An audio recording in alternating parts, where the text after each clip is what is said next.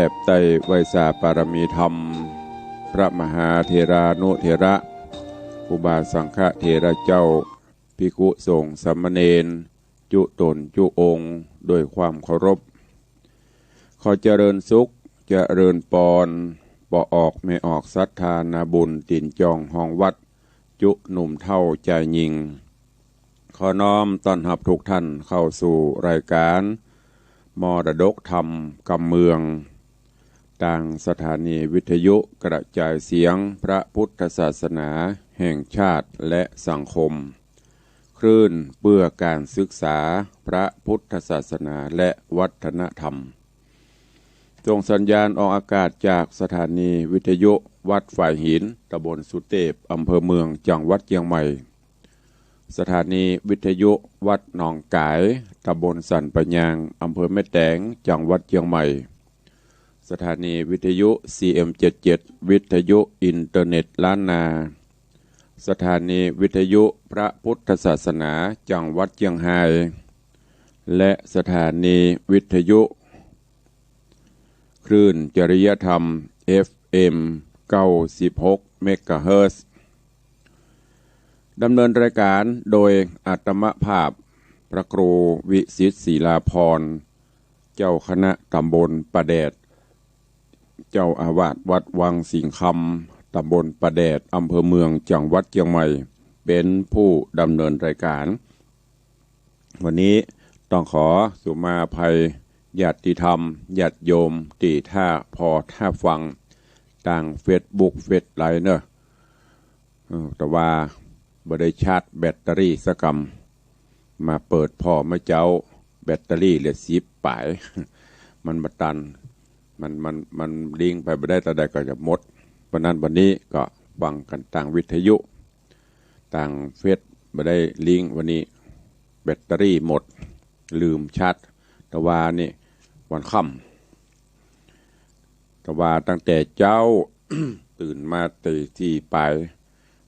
ทำกิจวัตรส่วนตัวจากนั้นก็ขึ้นทำวัดเจ้านั่งสมาธิเสร็จก็ลงมาตรวจตรางานวัดฉันเจ้าภาคสายมงายไปงานศพ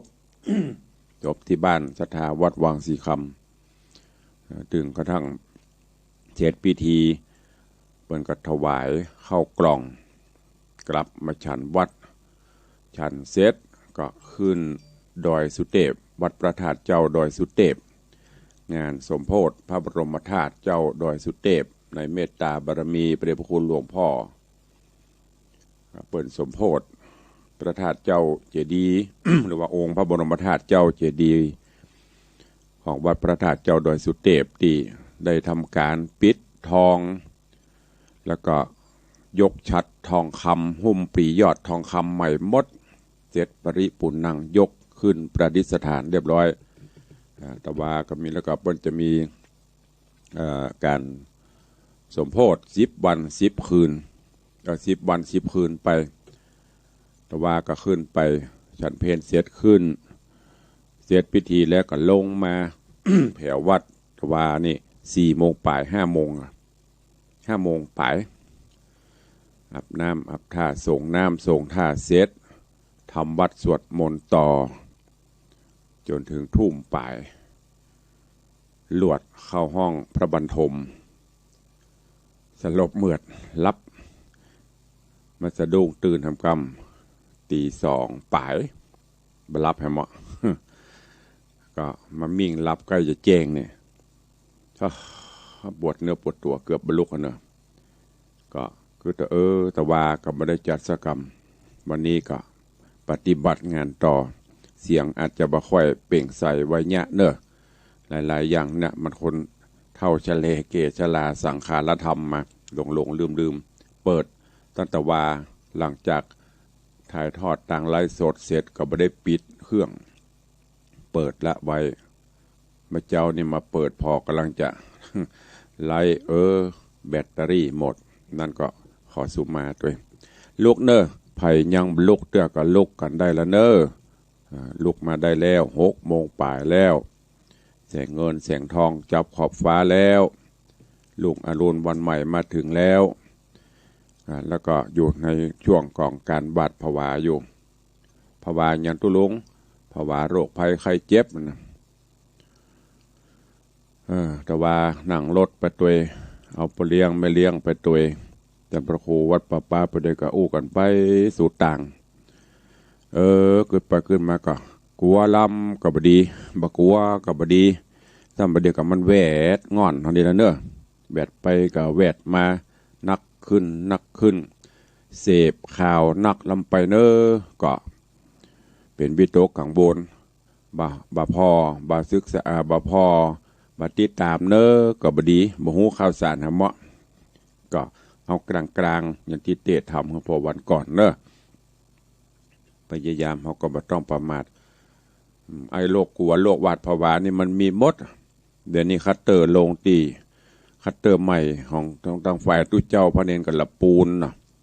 ที่เปิ่นลงทางเฟซทางไลน์ลูกพระลูกเนนไปติดจากไผมาบูติดจากไผมาหมูกับมาอยู่วัดกับเนนน้อยเปิ่นกับหมูเนาะลูกพระลูกเนนปรากฏว่าไปบิณฑบาตตัวพระเนนกับตัวไปตัวกันบิณฑบาตกิจวัตรปิกมากับมาฉันเข้าฉันน้ำด้วยกัน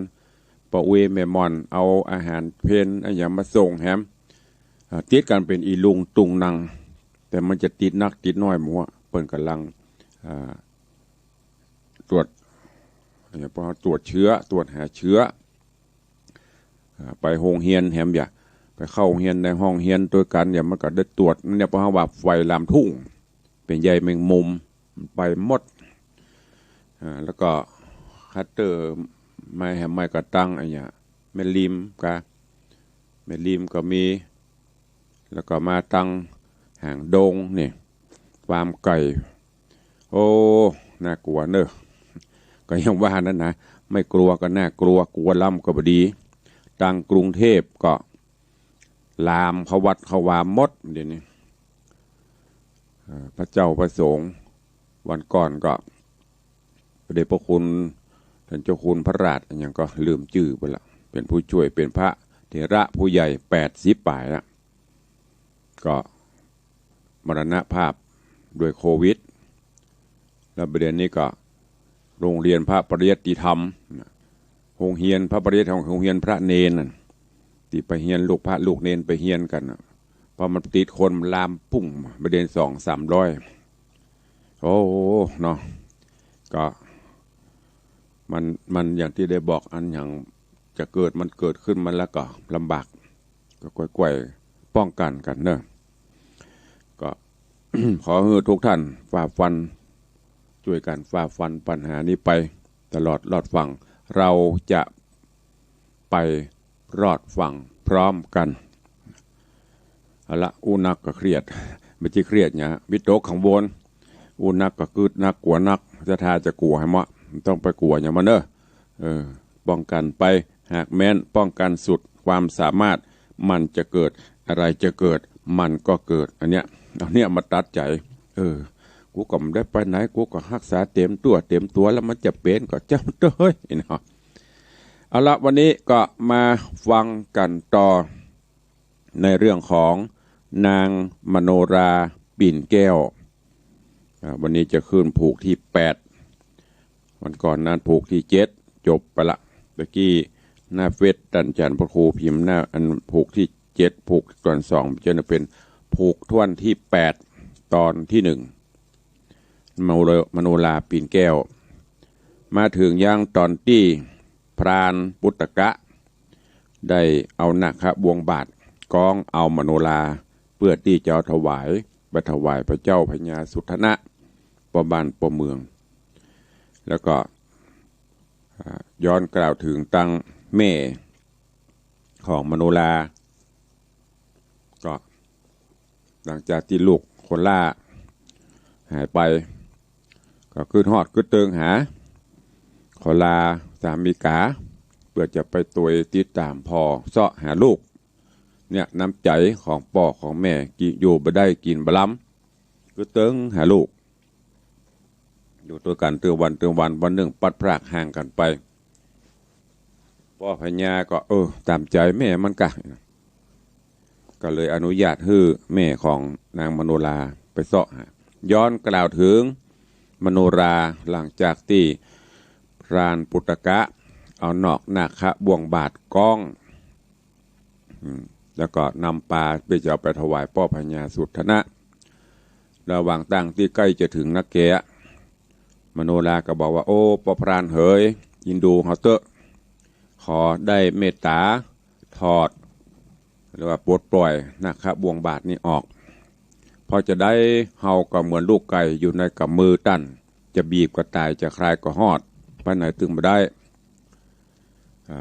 พออินดูคนนาได้ปลดปล่อยเฮาเป็นอิสระได้เตียวตัวเอาเพราะว่ามันทรมานปุตตกะพรานได้ฟังอย่างนั้นก็เก็บปีกเก็บหางใส่ถุงกันนั่งหนีแล้วก็ถอดออกถึงสองก็ปากันเกือบจะถึงละย้อนกล่าวถึงถึงสองเมื่อเดินต่างไปจะเข้าบ้านเข้าเมืองก็ไปถึงผ่านยังบนห้องประตูจ้องหิมพานต์เป็นตั้งขั้วตั้งใหญ่เนาะมโนราก็เอาแก้ววิเศษชื่อว่าแก้วมณีเมขลาเอาฝากหมู่เทพบุตรเทวดาไว้หั่นที่รักษานะแล้วนางก็บอกเราว่าท่านลูกค้าเทวดาเจ้าจุตนจุองค์อันรักษาไพศาลดันดาวป่าไม้เนอะขอได้ฟังกรรมข้าจะกล่าวข้าขอฝากหน่วยแก้วลูกนี้ไว้เผื่อว่าบางครั้งบางทีแม่ข้าตัวตามเสาะหาห้อยตีนอันน้อยอันใหญ่อย่างมุนิกาถ้าหากแม่จะมาฆ่ามารอดมาที่นี่ได้มาสู่ป่าสู่ประตูที่นี้ขอใบบานเฮือตันได้นำเอาลูกแก้วนี้เนอะลูกแก้วมณีเมขลาเนี่ยเอาฮือกับแม่กำแล้วก็ฝากฝังบอกฮือว่าพรานป่าเนี่ยเอาลูกข้าเนี่ยจือมโนราเนี่ยมาทางนี้เนอะบอกแม่กำณตอนที่แล้วมาถึงตัดที่นี่จบผูกทวนที่7ไปวันนี้มาฟังกันต่อในผูกทวนที่8เรื่องนางมโนราปิ่นแก้วผูกที่8ตอนที่1ณโอกาสบัดนี้ นะโมตัสสะภะคะวะโตอะระหะโตสัมมาสัมพุทธัสสะตะตามโนราเทวตาโยสัพพังวัตถุงราชนะยัตชานาเปสิลุทธโกเคปังเตเปเสสิสัทธโวดุลาสัพโพลิสะตังลายตั้งยิ่งใจม้วนโมอันนาทาอยู่ฟังธรรมจุงดาจำทอมทาเพื่อเฮือแจงดวงทางเตียวอันจักเตียวไปหอดเบียงแก้วยอดเนรปานดาบไพ่มานเสียงขาดบ่อไม่มาดเครื่องขี่เป็นอัมมตะเดมันเตี้ยงบอกความเงียงไปมาโจมศรัทธามวนโมจงพรำหูยาวไปแปลงใจใสจื่นจอยติดตามถอยกรรมธรรมบัดนี้เดชเตอะตะตาในกาละนั่นใสนางนาไทยมโนราการบอกเทวดามวลโมได้พรำหูจูอันพรานดงตันแห้วหาดก็จำนางนาดเรียวไว้จุงเตียวไปอย่าจะรีบดันกว่าดงนานางมโนราหน่อยอ่อนก็เตียวไปก่อนบัดเดียวพรานดงเขียวป่าไม้ก็ ก็เตียวไต่ตัวไปเข้าดงไพรเถื่อนทำต่างอยากล้ำนำนาเป็นป่าคาคุ้มอย่าบุบุญป่าจะใจก็มีหันแหละนาแม่นมีคนมาจากเก่าใครหูข่าวขี้เนื้อว่านางมโนรานอนเอาด้านป่าเสาโดงนาการข้ามนาการข้ามในยังหันแจ้งแล้วดันโดงตันหลายคืนวันแต่ใส่ในป่าไม้โดงดานกับนายพรานนันเหล่าพรานป่าเศร้าโดงนาสังบ่ปาลาหยาบจ้าฮือนางนอดลาเครื่องขีเกิดยะบอดดีจะถอยหือนางนาดน้อยขี่โคมนั่นจะผู้จักมาเก่าแก่หือแม่นเต้ตามทอมกวนไข่ก้มเก่าจีว่าแต่ก่อนกี่นานมานางมโนราโยอดซอยตุกต่ำก้อยเครื่องขีเจ้าว่ามีสินดีบอกขาดบ่ประมาทกองทำตั้งมัวดำเอาไม่บอกเขาไกลแป่งปันเต้าเอตละวาน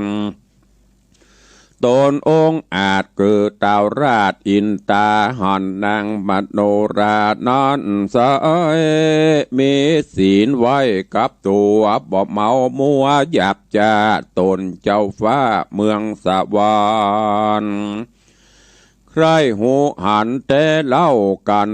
ว่านางนอดเนามโนรามีพระญาแจงจอดหูแจงรอดกองศีลตนองค์อินบ่จ้าก็ลงจากฟ้ามาสู่นายติอยู่มาโนดสาเอาคำขารีบเฮาใหญ่เต้าหมากเป้าเมืองโคนดาวออกเมืองบนนาเป่าห้องไปตัวห้องเวียงใจ ว่าการพูดใดนานเราหูเงื่อนเก้ากองศีลเป็นอาจินแจงไข่อันว่าคำก้อนใหญ่ในเราจักปันฮือเอาไปคนเวียงใจโมวนนับโมบ่มีภัยหูกองศีลเต้าองค์อินบุญใหญ่ก็เป่าไปไขว้อนามที่นั้นนางมโนราหน่อยนาดได้ยินเต้าราดห้องเป่าก็ฟังเฝ้าไปหาย่อมือสาก้มกล่าวว่ากองศีลนั้นเล่าข้าหูดังจากอู้ไข่ปานแล้วนางจอมขวัญนอดเอานอดลาก็เล่ากองศีลหาดวงสายก่อนนางจะไข่เมียนไข่เต่าโยดใหญ่อินตาหูว่านางบุญหนายอดซอยหูเรื่องถอยกองศีลเป็นอาจีนบอกขาดเต้าทิราชเมืองสวรรค์ก็เอาคำนั้นป่านนางนอแก้วแล้วก็รีบกราดแก้วไปสู่เอาคำมีอยู่เมืองบนลงมาสู่เมืองคนและแถมเล่าเอาปันนางนอดเนามโนลามีมีนำนาลายหลากเจ็ดต่างจ้างหากเป็นมานางบูนผายอ่อนน้อยอันตุกต่ำก้อยเครื่องขี่กายเป็นเศรษฐีมั่งเตาสุขค่ำเจ้าคืนวันการดับขันมวยแมงจากโลกกว้างเมืองโคน โดยกุศลอันใหญ่อันนางนาไทยมโนราได้รักษาศีลบนแก่กลาพาเสดก็ได้เมื่อเกิดเมืองสวรรค์สุขคืนวันชื่นจ้อยได้ปัน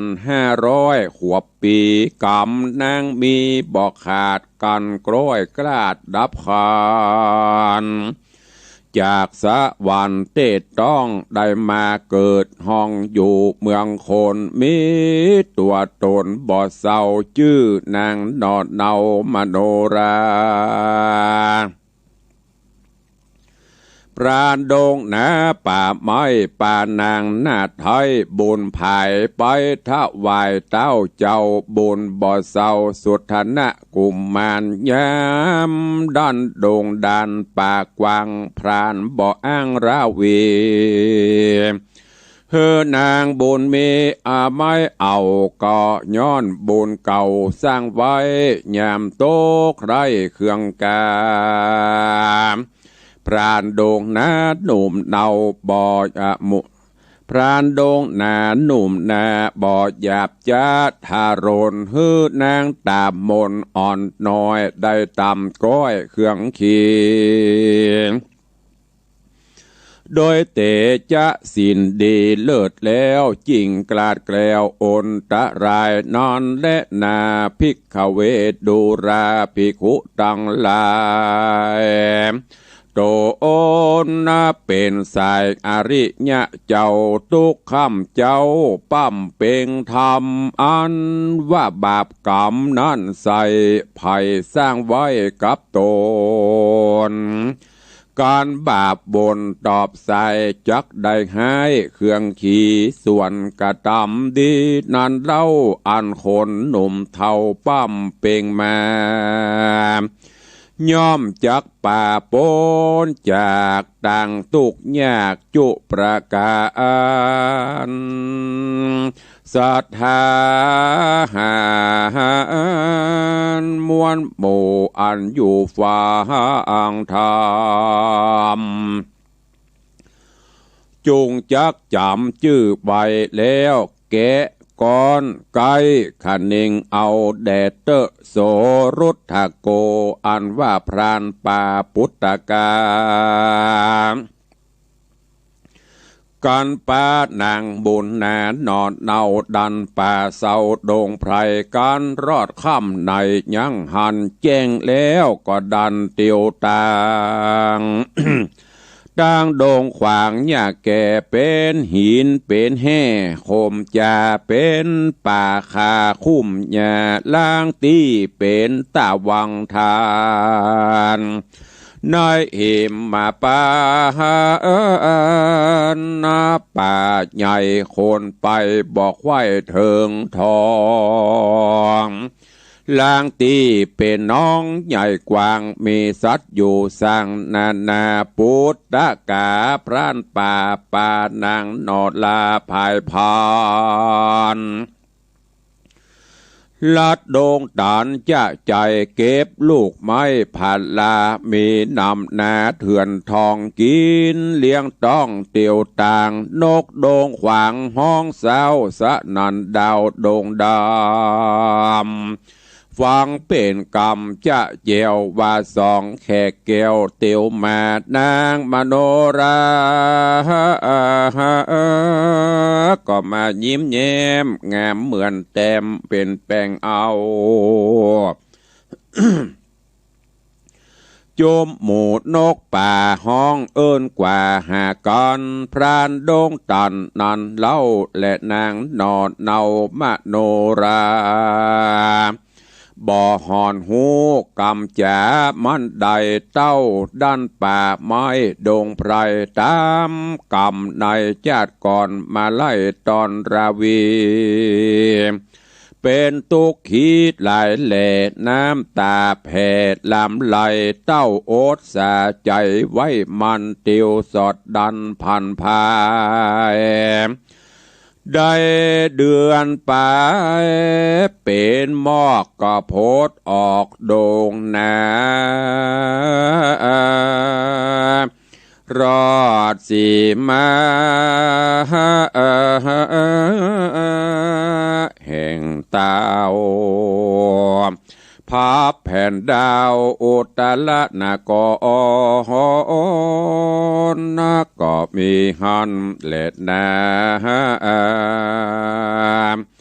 ตาสะมิงคาเนในคณะนอนใจพระที่ไวทะโรงยานคือเจ้าสุทธกุมารน้อยนาฏป่าอำมาตย์โยธาตังเสนาม้วนหมู่ออกมาสู่ส่วนอุทยานก็หันย่างพรานป่าเสาป่านางนอนเนามโนราเตียวตั้งมานอนใส่เจ้าหนอไทยสงสัยว่ามันเป็นผู้ใดนั่นเล่าผิวกำเศร้าสูงใหญ่มีหญิงเตียวไตตัวตามซ้ำมีรูปงามพิลาศเจ้าน้อยนาฏเล็งหานมีใจบามันหลายแหล่ปิญะแผ่นำนาเหตุปังหลังมาจัดแล้วนางนอเกียวมโนรากับหนอพุทธากลิ่นกูเกยเป็นกู้แป่งปันหนอจอมทันน้อยนาฏก็ฮืออำมาต่างตนไปนำ2 คน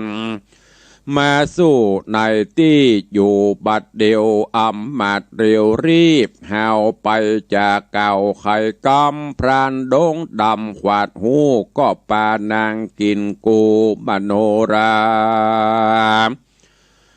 รีบไกลกล้าบ่จะมาไว้เจ้าฟ้าสุทธนะกุมารก็มีหันแลนา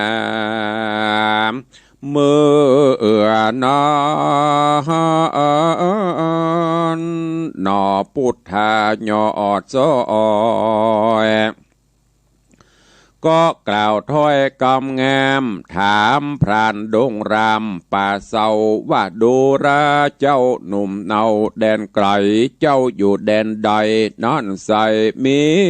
ชื่อไว้ว่าสังจาโลกไหนมาดันสอดจิงพดมาหอดส่วนอุญญาณป้าสะหลีบัวบานยอดซอยพงอ่อนอ้อยตัวมา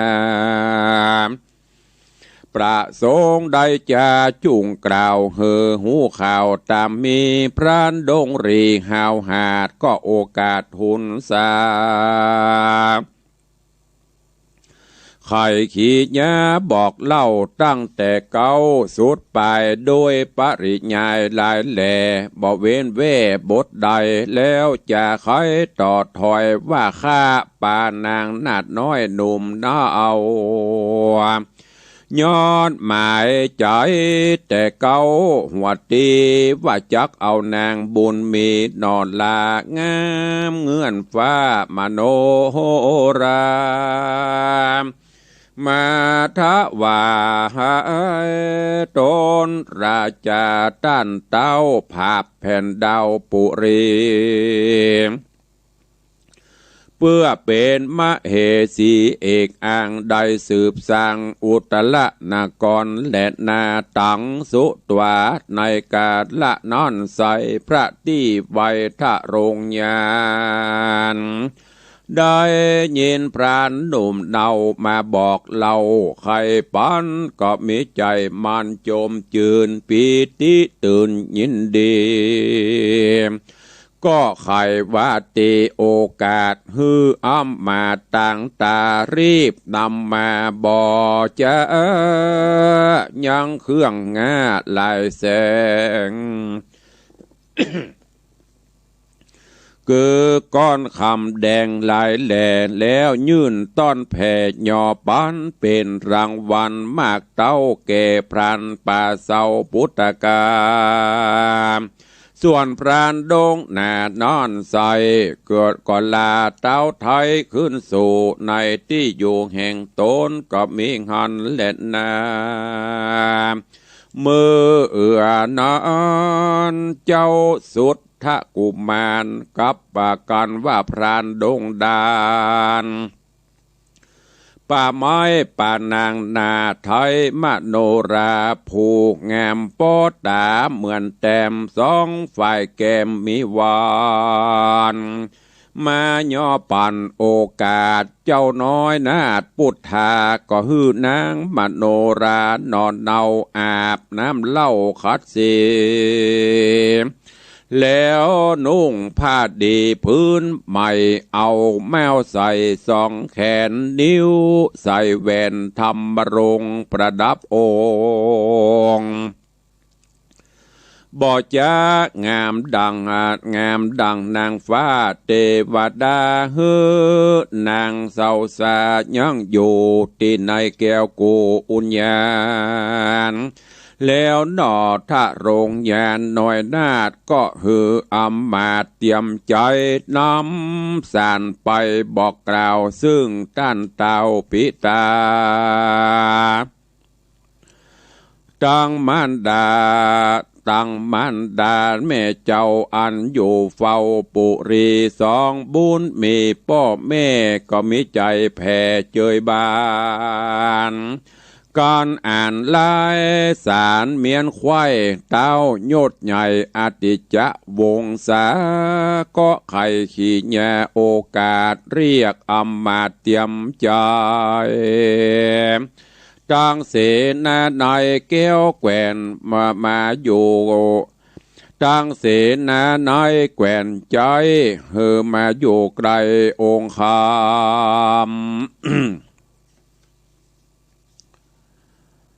ฮือมาอยู่ไกลองค์คำแล้วไข่กำกาวจี้ฮือหูทีขีดแย่ว่าบัดนี้นานดอดเนาอันเป็นลูกเต่าสุดธนะกุมาร ไปซะไปแอวสวนอุญญาณดอกไม้ได้มามีตุกหอกลายลาม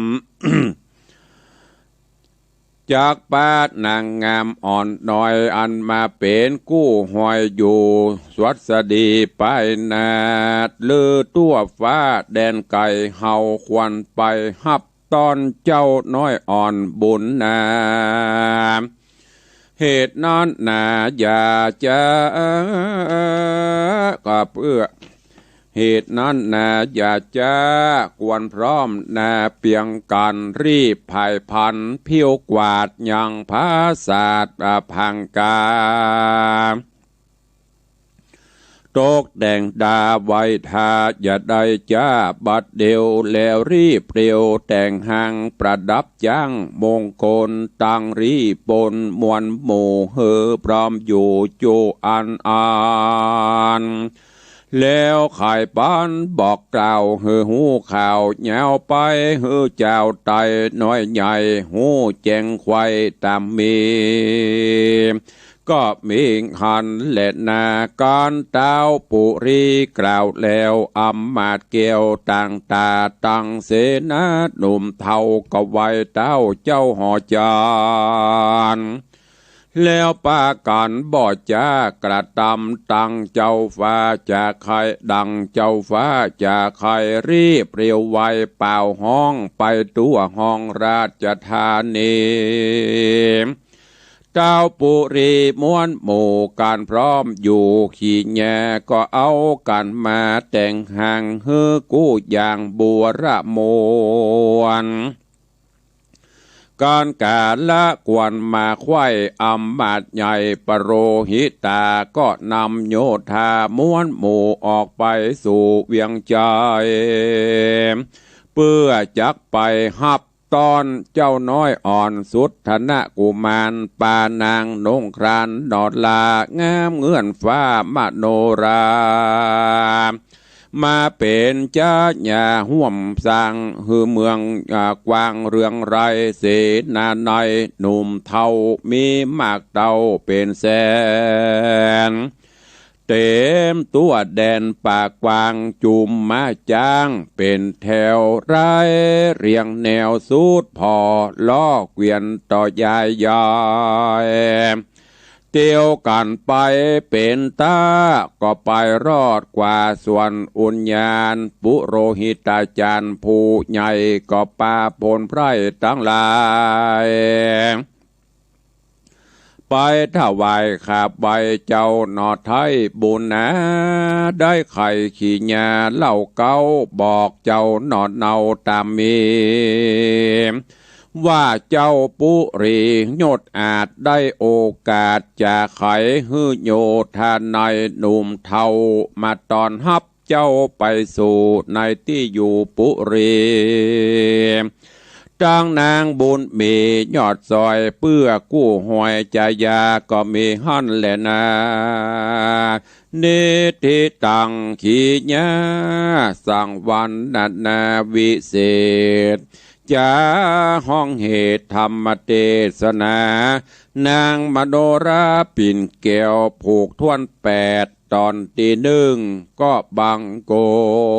มโสมเรศเดช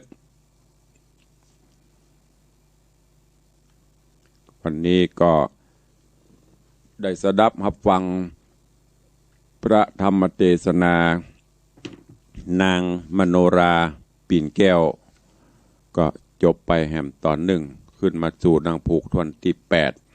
8ของพระธรรมเทศนา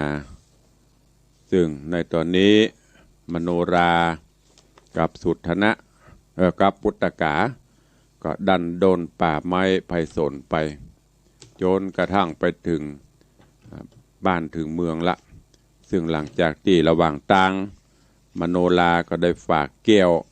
วิเศษแก้วมณีเมขลาเอาฝากไว้แล้วก็สั่งเทวดาบอกกล่าวเทวดาว่าถ้าแม่ผ่านมาทางนี้ก็ขอให้ได้บอกกล่าวแม่กำเนิดว่าข้าถูกพรานป่าจักจูงจักนำปลามาทางนี้แล้วจากนั้นก็ไปตัวยพรานจนกระทั่งไปถึงแดนที่อยู่ของสุทธนะหันพรานเข้ามาใกล้ก็ว่ามันเป็นไผ่นั่นสูงดำแล้วก็มีแม่ยิงงามตัวมาก็เลยเสนาอมาตย์เนี่ยไปถามว่าเป็นไผ่จะไปที่ไหนจะได้ถามไปถามมาก็รู้ความต่างๆจากนั้นสุทธนะก็ดีใจก็เลยเอาเข้าเอาของแก้วแหวนเงินคำมอบฮื้อกับพรานปุตตกะแล้วก็ปาเอามโนราเข้าสู่ห้องต้องสู่บ้านสู่เมืองที่บรรทมก็ไปสละสลงส่งน้ำอาบน้ำแล้วก็เอาเครื่องทะลงแก้วแหวนเงินคอมเครื่องประดับใส่เพื่ออันเหมาะสมแล้วก็สอบถามกันต่างๆนานาจากนั้นก็ได้อมาตย์ส่งราชสารไปพญาอาทิจะวงศาผู้เป็นป่อที่เมืองอุตรนครว่าตั้งแต่ลูกสุทธนะมานี่ออกบ้านออกเมืองมาบรินี้ได้ลูกสะใภ้ได้กู้ได้กีมแล้วเนอะแล้วก็จะปาเข้าบ้านเข้าเมืองละป่อพญาอาทิจะวงศาแม่จันตะเทวีก็ดีใจสั่งเสนาอมาตย์ห้างไพร่พรนโยธาเพื่อจะมาฮับเอาสุทธนะกุมารพร้อมกับมโนราเข้าบ้านเข้าเมืองตอนนี้ก็เนี่ยถ้าเปิ้นกำลังจะถึงเวลาที่จะได้เสวยสุขเนาะตุกมาก่อนจะได้เสวยสุขเรื่องราวจะเป็นจะได้ก็ก่อยติดตามท่าฟังกันไปเนอะกำลังขึ้นมาสู่ผูกทวนที่8ละตอนที่2ก็ติดต่อกันไปทำเรื่องนี้มีอยู่10กว่าผูกเนอะมี10กว่าตอนนี้กำลังค่อนมาละแล้วก็ม่วนขึ้นถึงวันตั้งเจ้ามาก็จะกองมาละกาตุลุงมโนรามาหรือยังกับบางเตื้อตุลุงได้มาสักคำก็ติดตามฟังกันไปเนอะ มันก็จะจบละวันนี้ก็โปร่งวางไว้แต่เพียงเต้าอี้ในเรื่องของมโนราปิ่นแก้วในธรรมเพิ่นบอกว่าเป็นบุญเป็นกุศลนางมโนรานี่เป็นผู้ที่ปฏิบัติมีศีลมีธรรมแม้ในอดีตชาติได้ตอบปัญหากับผู้มีบุญว่าเกี่ยวกับกองศีลองค์ศีลอย่างต่างๆเนี่ยตอบปัญหาได้หมดเพิ่นก็เลยพระราชทานเงินคำเฮือแล้วก็ถือแม้นไปเป็นมโนราก็เหมือนกันเปิ้นอันปฏิบัติอยู่ในศีลกินในธรรมถ้าจะว่าเข่งก็ถือว่าเข่งนี่ตัวเรื่องศีลเรื่องธรรมนี่น้อมนำมาเป็นข้อวัดปฏิบัติบัลละบหลวมไม่ใช่หมวดหมู่เฮาอย่างที่ได้บอกไปบางท่านนะมันจะตื่นหมดนะเข้าภาษา3 เดือนอธิษฐานเข้มงวดออกภาษา9 เดือนจดเรียบอันนี้ใจไม่ได้ส่วนเดียวป่าน4ได้ส่วนก็ฝากไว้ในช่วงเข้าภาษาเนอะตอนนี้เริ่มละตั้งแต่ตะวันซืนมาเราเข้าสู่การฤดูกาลพรรษากันอย่างเข้มบางท่านก็อาจจะคือศีลกินเจก็ว่ากันไปตามจริตของไผ่ของมันที่ปฏิบัติได้ก็โมทนาสาธุหรือจะเอาเป็นว่างเป็นคราวก็สุดแล้วแต่จะได้ก็ตามก็ขอให้ได้ยึดเอาถือเอาอย่างกูลแก้วเจ้าตั้ง3 ประการแล้วก็กูลป่อกูลแม่กูลพระรัตนตรัยแก้วเจ้าปกปักรักษาประพฤติปฏิบัติก็จะนำปางเฮาท่านทั้งหลายได้ประสบความสุขความเจริญเนอะฝากฝังเป็นข้อคิดกับทุกท่านตัวก็ขออนุโมทนาขอบคุณสาธุชนญาติโยมเนอะที่ได้เข้ามาติดตามรับฟังกันตลอดมาเป็นขวัญมาเป็นกำลังใจซึ่งกันและกันมาโดยตลอดถึงแม้นบางวันอย่างที่ได้บอกไปจะเหน็ดจะเหนื่อยปานใดก็นึกถึงว่าโอ้ศรัทธาไปอยู่ต่างบ้านต่างจองถ้าฟังเขาเนาะไม่ได้เตะเนอก็เหมือนยังมันขาดอะไรอย่างไปเปิ้นไม่ได้ฟังเปิ้นก็บ่ม่วนตัวเก่าแต้มเป็นอย่างมันจะเหนื่อยจะเพลียถ้ามันบัดสุดแต่ก็บละศรัทธาเนอะมาเทศนาฮือวันนี้ก็ได้เทศกันจบไปแล้วก็บัดเต้าแต่นั้นขอบคุณเจ้าภาพเจ้าศรัทธากันเทศกันทำที่ได้ให้ได้หอม ในช่วงกลางพรรษาช่วงกลางพรรษานี้ตลอดไตรมาส3 เดือนปู่โจมปู่จาคุณแก้วเจ้า3 ประการถวายทานกันน้ำกับไฟตัวเองก็ขอขอบคุณอนุโมทนาบุญด้วยเนอะสำหรับเจ้าภาพเจ้ามูลศรัทธาเจ้าภาพกันเทศกันทำที่ได้ให้ได้หอมมาก็ขอขอบคุณกับโยมธนวัฒน์โยมทัตพิชาสุสิงคำถวายกันเทศกันทำปุจจากูลแก้วตั้ง3ตลอดตะไหลมาศ3 เดือนโดยปัจจัย50,000 บาทขอขอบคุณโยมแม่ปราณีพยัคฆ์ไคหผลเนอบ้านหนองแต้นสันปะตองพร้อมลูกหลานน้อมถวายปัจจัยปุจจากันเทศกันธรรมตลอดภาษา1,000 บาทคุณแม่จันดีวิสุทธินันท์เจดีแม่ครัวร่วมถวายกันเทศกันธรรม 1,500 บาทโยมวิมลพิหมอมัฒนาอัมพันธ์ร่วมถวายกันเทศ500 บาทและก็มีคุณโยมสุภาพโยมเทียมจันทร์ขันนาเรือนจำกลางเชียงใหม่ร่วมถวายกันเทศ500 บาทโยมแม่ม่อนจันคำแสงบุญ300 บาทแม่อุ้ยม่อนลอยสุดใจปุก500 บาทแม่สุพันนาอิมังบ้านปากล่องประสาง200 บาทขออนุโมทนาบุญเนอะขอบคุณกับทุกท่านที่ได้ให้หอมปุจจากันเทศกันธรรมตลอดภาษา ขอบคุณอนุโมทนาบุญตัวยก็เอาละมาถึงยุคมาถึงช่วงสุดท้ายของรายการเนาะประมาณ 5-6 นาทีก็จะได้เปิดหน้าไมค์อูจ่าขอบคุณแห่งท่านหนึ่งเด้อโยมแม่อุดคิดชัยร่วมโมทนากันเตดกันทำ200 บาทตลอดภาษาแล้วก็มีไผ่หุ้นนะวันนั้นเปิ้นโทรมา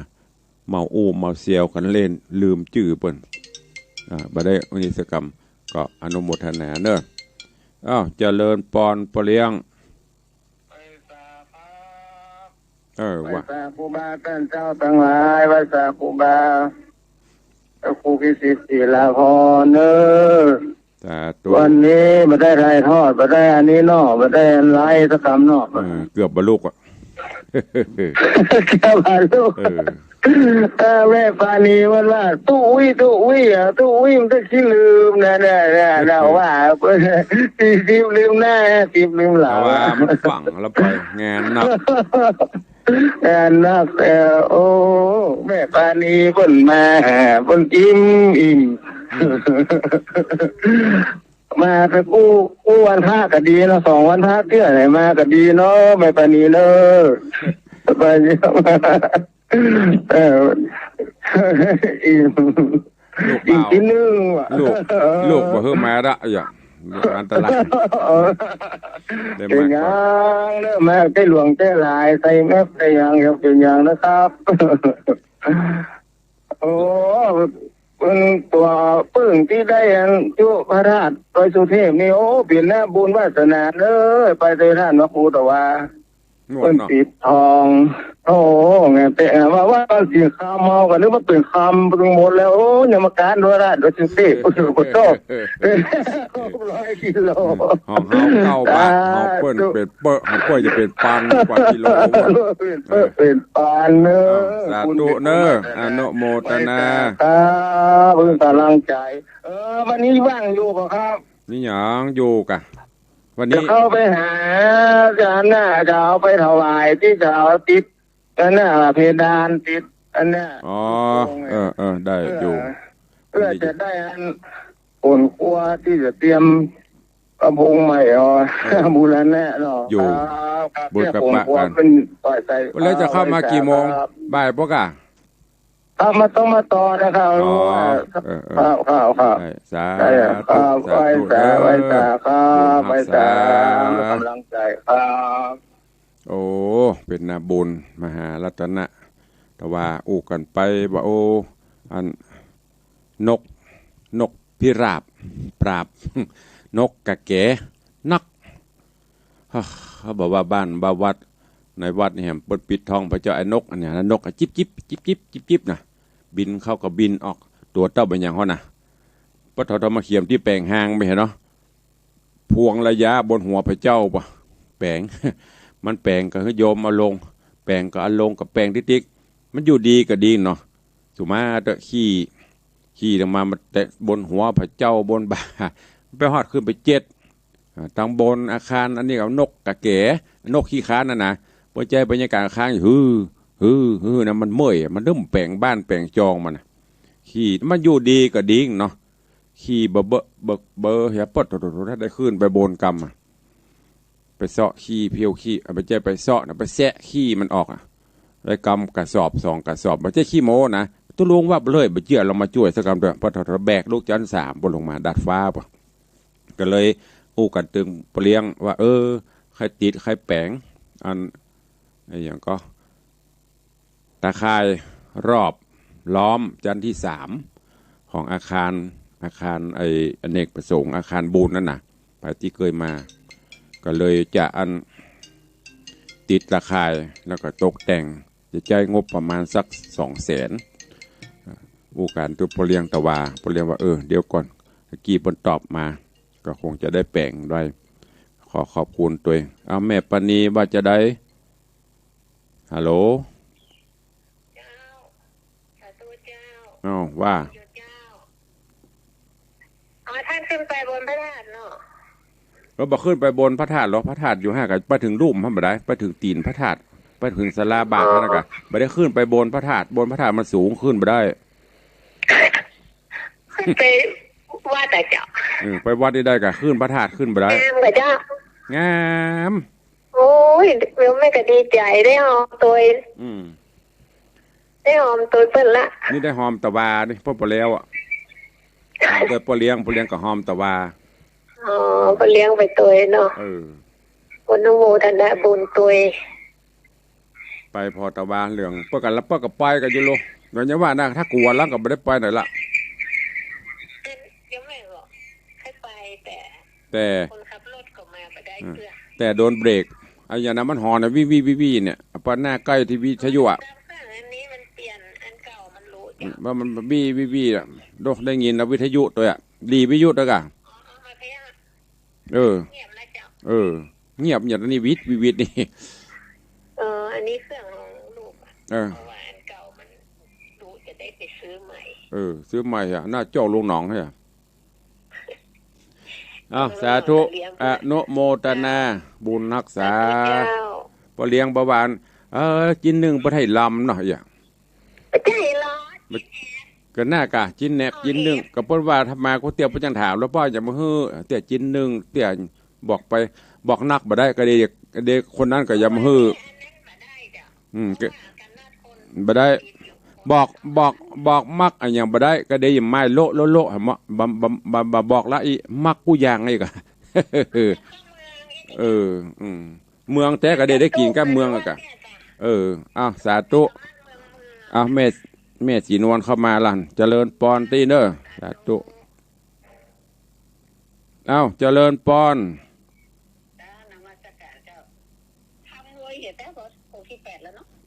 โป้โวยอันอย่างเมื่อก่อนเข้าภาษาแล้วรู้เนี่ยฟังอีเมลฟังจะจำเลยไปแล้วก็ปกติจะจบแล้วกันนี่